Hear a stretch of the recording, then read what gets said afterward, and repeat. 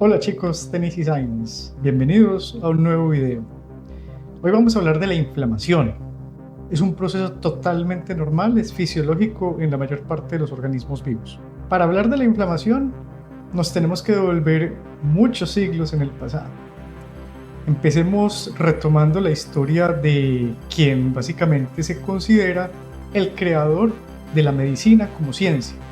Entre el 460 y el 370 a.C., en Grecia, existió el señor Hipócrates, quien cambió los paradigmas de la medicina.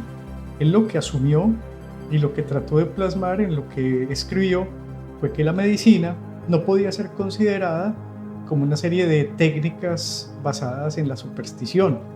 Él lo que intentó fue darle de alguna otra forma un razonamiento, una especie de prácticas observacionales, sistemáticas, y trató de definir una premisa, que la enfermedad en sí misma era una discrasia de los humores, es decir, un desajuste en algunos líquidos corporales. Él plasmó que la inflamación podía darse como resultado de un desajuste en estos líquidos, en estos humores, y trató también de ofertar algunos tipos de tratamientos, como por ejemplo el reposo, la calma y el uso de ungüentos tópicos.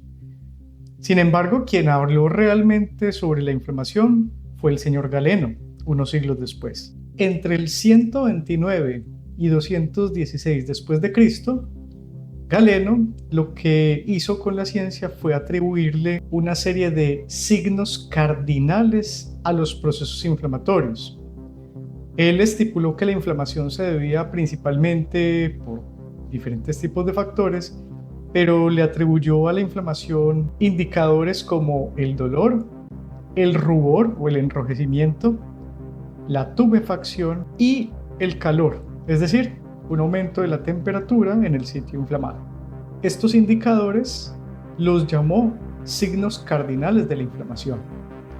Y siglos después, el doctor Rudolf Virchow, él era médico, patólogo, pero también político, y revolucionó la medicina basado en sus estudios sobre las células y sobre los tejidos. Él lo que determinó fue que las enfermedades procedían principalmente de alteraciones celulares.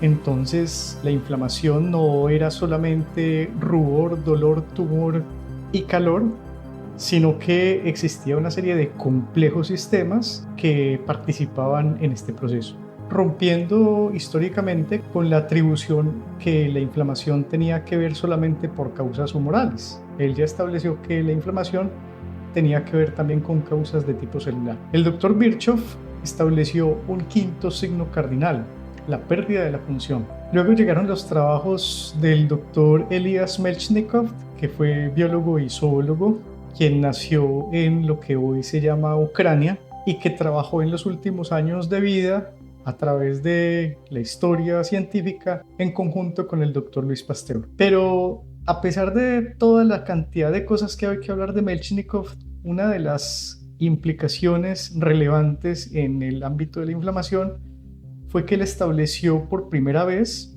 a finales del siglo XIX, que la inflamación tenía que ver también con procesos de tipo fagocítico.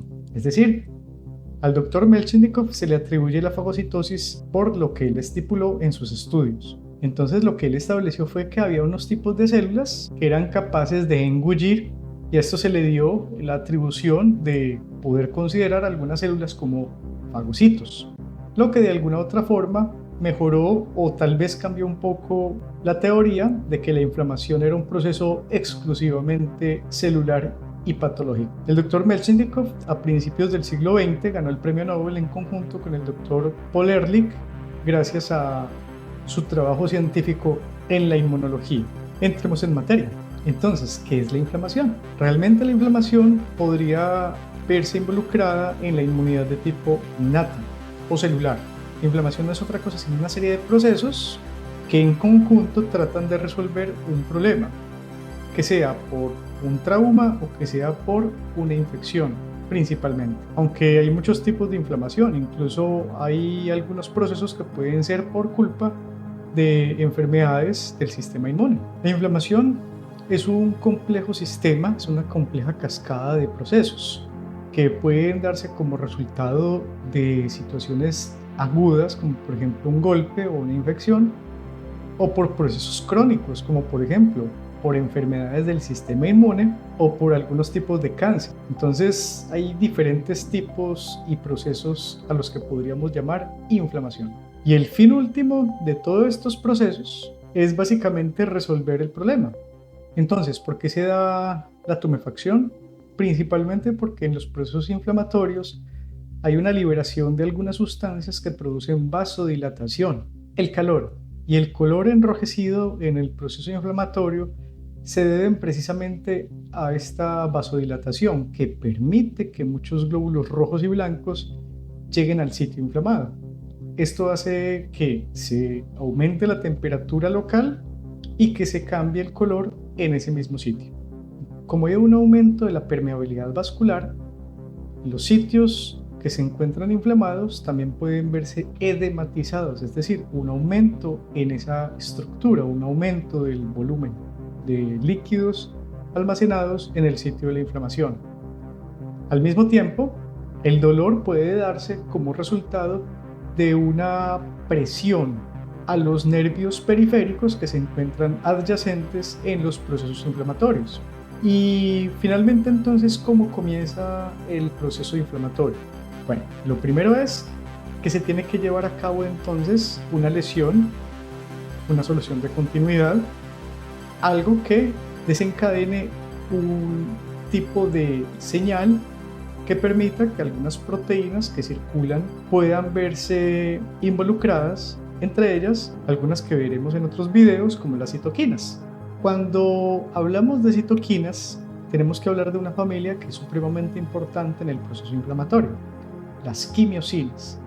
Y las quimiosinas no son otra cosa sino proteínas que aumentan en concentraciones en los sitios procedentes de una zona considerada como inflamada. Cuando los domingos en la casa de la abuela hacían comida, muchas veces uno se daba cuenta qué tipo de comida era por el olor que emanaba la misma desde la cocina. Algunas veces el olor atraía a la gente para acercarse y mirar exactamente qué era lo que la abuela estaba cocinando. La quimiotaxis es algo supremamente similar. Y estas quimiosinas permiten que algunos tipos de células comiencen a acercarse a la zona inflamada. Cuando termina la inflamación, también hay promoción de moléculas como las lipoxinas, que son producidas principalmente por los eosinófilos, neutrófilos e incluso las plaquetas. Lo que hacen las lipoxinas es activar a los macrófagos para eliminar los restos celulares y son moléculas que se consideran como inhibidoras de los procesos quimiotácticos. Es decir, si ya no hay quimiotaxis, pues ya no va a haber inflamación. Es la forma en que se resuelve el problema. No siempre un tejido puede estar inflamado. Cuando la inflamación persiste, puede desencadenar muchos problemas de salud, tanto en los animales como en los humanos. Como por ejemplo, en una laminitis equina, si no se resuelve la inflamación, el ejemplar equino puede perder el casco. Y eso es supremamente grave para la vida del individuo. Los procesos inflamatorios pueden ser utilizados incluso con fines diagnósticos. Cuando se hacen pruebas como por ejemplo la prueba de la tuberculina, que es adicionar algunos antígenos del Mycobacterium tuberculosis en la piel de los humanos o de los animales, se está promoviendo la formación de una estructura que se conoce como induración. Si hay presencia de anticuerpos, la reacción inflamatoria va a ser mucho más exacerbada a que si no hubiera, por ejemplo, presencia de los mismos. Esto quiere decir que cuando se inoculan algunos antígenos y hay una fuerte inflamación, puede ser un indicador de la presencia de inmunoglobulinas y eso determina que el animal puede ser positivo a la circulación de un agente infeccioso. También es útil medir procesos inflamatorios cuando se hacen test de alergia en algunos organismos. Se utilizan generalmente baterías diagnósticas con un sinnúmero de antígenos y que dependiendo del tamaño de esa reacción inflamatoria se puede determinar también a lo que es alérgico o un humano o un animal. La inflamación en sí misma es un proceso necesario es supremamente relevante en el accionar inmune de un organismo.